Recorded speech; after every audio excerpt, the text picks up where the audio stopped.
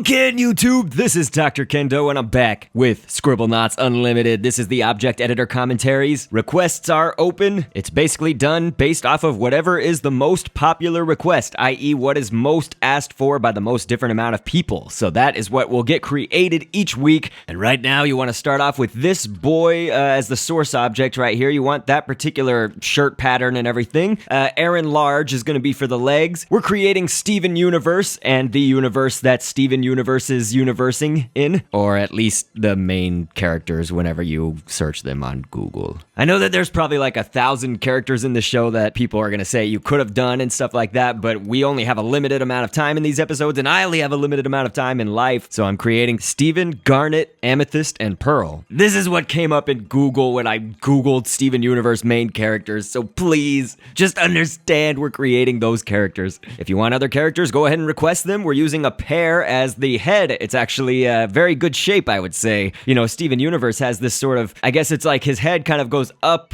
like normal, but then his cheeks and stuff come out. So that's why I've chosen the pear. It has that kind of indentation in the top of the head and then bulging out where the cheek is. So I'm also creating all of these characters based off of certain appearances. I imagine Steven Universe himself has not changed a whole lot throughout the show, but I think supposedly the other gyms have had different transformations and appearances and things like that. Unfortunately, this is not a show I'm super familiar with, just like Gravity Falls, you know, that was the case, but Steven Universe actually seems like it has some complexities to it that maybe I won't understand unless I watch the show, but we've made his eyebrows be chicken nuggets, and then his eyes, or the white part of his eyes, are going to be eggs, so just type in egg, and then we're going to take an eyebrow, and that's going to actually be for his nose. Just paint it all entirely black right here. Of course, if I didn't mention, sandals are his actual sandals on his feet and stuff, and then there's a star. You can just choose the star from space, of course, as the star that's on his shirt. Now, you may or may not have noticed we grabbed an arm shape that was from the 29-page library. It was on the third page in the bottom left corner of that little library of shapes. That's going to be his nostrils for his nose, and then bean is going to be his mouth, so just paint it kind of a darkish red color and stuff so you don't really see that line in the bean if you're going to create it the way that I'm creating. The letter I twice is going to be his rows of teeth. We'll try guava for the tongue. Now, there could be another shape, so we'll just see what this looks like. I mean, there could be another shape that we'll use. So now that I'm looking at it, the reason that maybe I'll go with chicken nugget for the tongue instead is actually for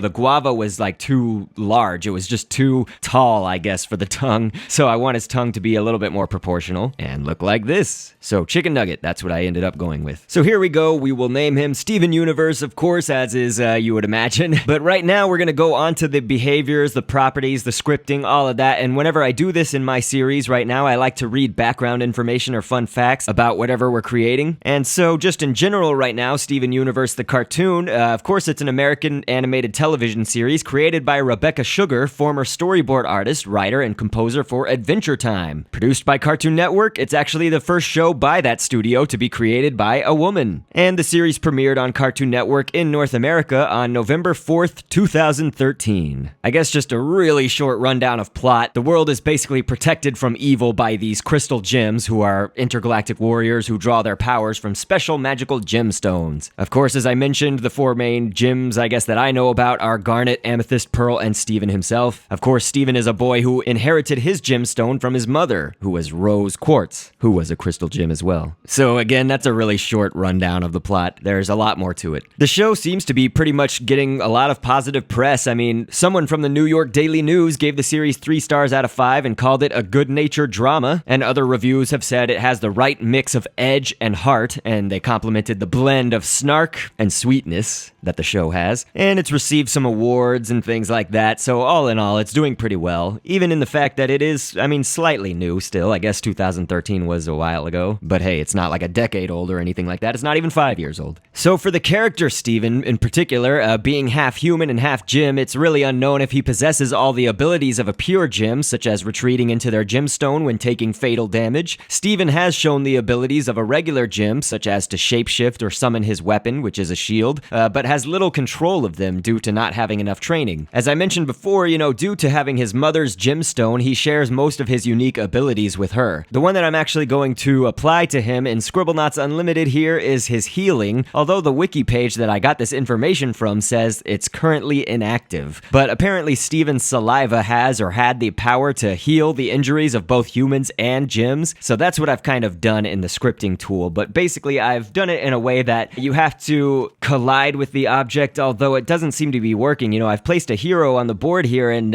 he's not, I think colliding with the object was not what I was looking for, so I'm actually going to go back and edit it to make it to where when heroes or good people basically move near the object, i.e. whenever they move near Steven, then they will be cured. The adjective is cured. Then I want it to basically remove the adjective after that, so you don't just have this cured adjective on all the time. And there you saw the little hospital cross with the heart and stuff, so that worked. The script is fine. We probably need to move on, but there's a good look at our Steven Universe creation, the start of these characters. But okay, we'll move on to the next character. We're gonna start off with a Titan as the source object. We've been using a Titan a lot lately, I feel like, at least. Go ahead and take that upper thigh piece of a mammoth. Now we're taking the one that's basically the front legs, but it's the one behind. It's the one in back, I guess. So it's not the hind legs, but it's the front legs, the one in the back. And again, just take the upper thigh piece. Now the crazy thing is that, we're creating Garnet here, but I know that she has like a really thin little body, but in between the little thin part in the middle, there's kind of these two oval type shapes and stuff. So I'm, of course, taking oval from Scribblenauts Unlimited, but I'm making the Titan's body as small as possible, but then increasing the size of the entire object as a whole. So that'll still give her kind of the tallness, as she is pretty tall, but then with shrinking down the body so small and having those oval shapes and things like that, we'll be able to hopefully get the proportions as best as we can in Scribblenauts. As I think I mentioned last episode a few times, it's not always just a carbon copy of the character exactly. It's however it fits in the world of Scribblenauts Unlimited. For the shoulder pads, we're using mozzarella, and then for her tiny little arms, we'll use the letter I, and then of course for the hands, we're going to use mecha. I like the mecha because it sort of has this like arm guard to it. This is not meant to be her gauntlets. Of course, she,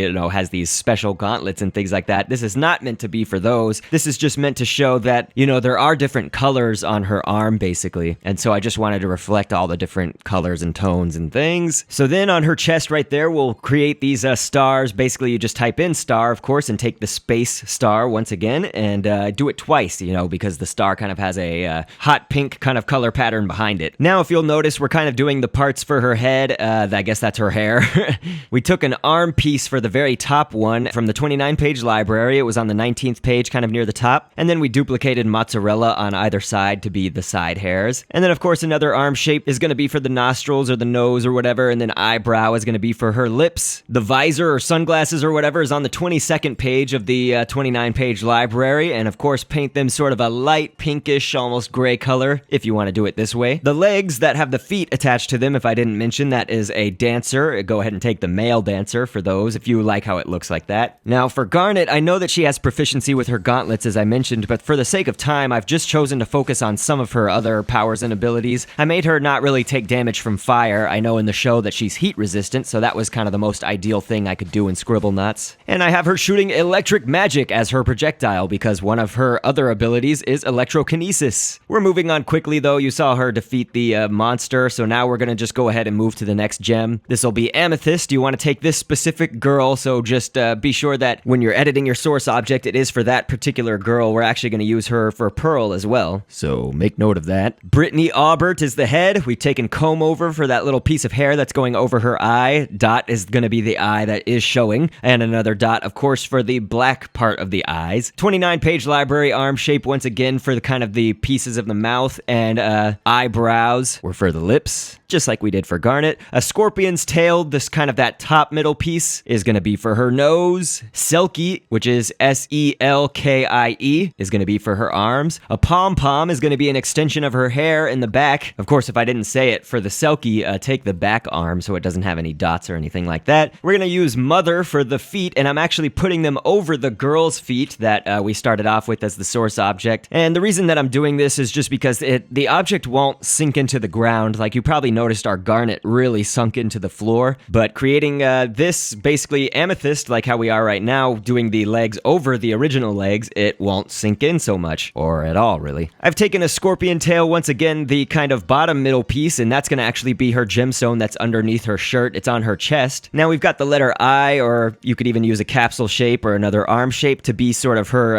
I guess that's her bra strap, you know, near her shoulder. But then on the arm, we've actually taken another 29-page library piece and colored it the same color of her shirt, because she has one of her shirt's straps basically hanging over her arm, kind of half off, half on. And since Amethyst is skilled with a whip, I've just reflected that in Scribblenauts in the scripting tool here, so that she'll use quote-unquote whips, or whatever the broad category or general category is that it fits into. So again, just like Amethyst though, we're taking this same exact girl from the as the source object, making an egg be the head. Yes, she's an egghead, and then use these different color patterns. This is actually the reason that I chose this girl in particular, is that it kind of has 3 tones, I guess, to her clothing. And so Amethyst has a really light, like almost transparent type skirt, I guess. It looks almost like a tutu or something, at least in the design that I've seen of her. Did I say Amethyst? I meant Pearl. Sorry. Pearl is who we're talking about. Pearl has the really light skirt, or tutu, and her shirt is sort of this tealish color, and then she's actually got this really light white, I guess, pattern or clothing underneath that shirt, and so that's the top layer. 2 comb overs are going to be for the hair that's in the frontmost hair, I guess we should say. She's like almost bald or whatever, but she has her hair going straight back, and so I've actually chosen batter to be the main part of the hair. And then we've also taken a dunce cap, which we're using for the nose, but I also used it as a little piece of hair that's in the back, because her hair, if you see like a picture of her hair kind of close up, it has these 2 little points, you know, it's like one point and then there's a dip and then another point. So I went ahead and used ovals for her eyes, painted them white, and then of course used a dot for the bluish teal part of her eyes. And a dot is also going to be her gem, which is on her head, the pearl. Now we'll go ahead and take Ludwig. This is one of Maxwell's brothers. They also give you the choice between Beethoven or his brother, so I'm going with the brother, of course, as I just mentioned. And the reason that I'm doing this is so that it has actually the kind of pant pattern as well as shoes and a leg part. Tones is what I'm looking for. 3 different color patterns or tones that we can edit. And so beneath the tutu or whatever, the skirt tutu thing that Pearl is wearing, we actually, she has these kind of like pinkish, really light pinkish red shorts. And so with her shoes, she does have these socks, these like kind of greenish yellow socks, and so we will reflect that in just a second. I'm just trying to get, you know, she's really thin, so it's like she's really thin and tall, and so unfortunately in Scribblenauts you can't really skew things, you know. That's always what I wish you could do, is like skew or stretch, you know, make something fatter or skinnier, basically. We would have so many editing capabilities if that was the case. I think to sort of reflect her tallness and skinniness and stuff, I should give her a neck. I mean, obviously a lot of characters in Scribblenauts, you know, when I create them, I don't give them necks a lot of the time, but that's also because a lot of the characters, pretty much every human or humanoid in Scribblenauts, I think, does not have a neck. I mean, I would have to go back and really look at a lot of them, but I'm pretty sure they don't, just as a lot of them don't have mouths or noses and things. We took Tots, which is one of Maxwell's baby brothers, as the arms, and then I used socks to show off her socks right there, just put them over kind of the shoes. And this is actually, I think, really kind of reminiscent of her design, because the socks that she does have on, it's like, you know, her shoes kind of have a curve, I guess, in the middle. You know, you can see the socks on her the tops of her feet, if that makes sense. So you saw that her scripting, she picked up the sphere, so that worked. But this is the other one. That was crazy. Oh my gosh, I did not expect it to make that many. I thought maybe it would just make 1 or 2, but I guess I should have known.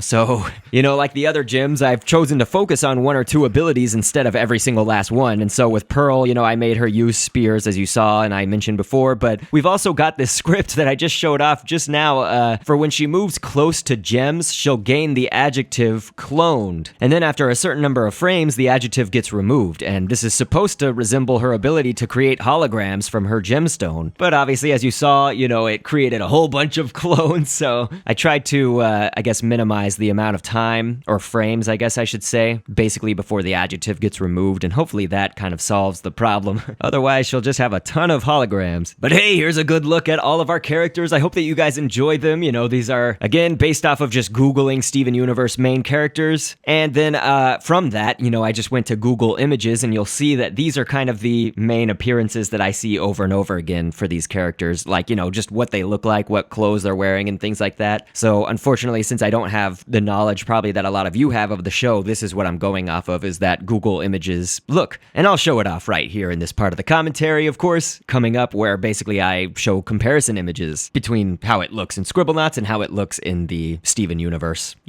But yes, I appreciate everybody's support and everybody's attention. We're going to be doing big things now that the summer has started. I hope summer has officially started for everybody. I hope you're out of school and everything like that, out of work, whatever you're out of. Let's try to make the summer amazing and awesome. So keep putting your requests in and I will create whatever ends up being the most popular or most requested item. I'll try to stick with things that are trending too, so I know that a lot of movies are probably going to be coming out this summer, so we'll try to focus on a lot of those as well. And in about 2 weeks, maybe actually like 1 week pretty much, it's a week and a half, I'll be departing for E3. So Dr. Kendo will be bringing you as much Nintendo stuff, but as much general stuff too as I can from E3. So be looking out for that on my channel, and I will catch you on the next vid, and thanks for viewing. No return to the rest of our lives at the spectacle we give. Been down the road of twists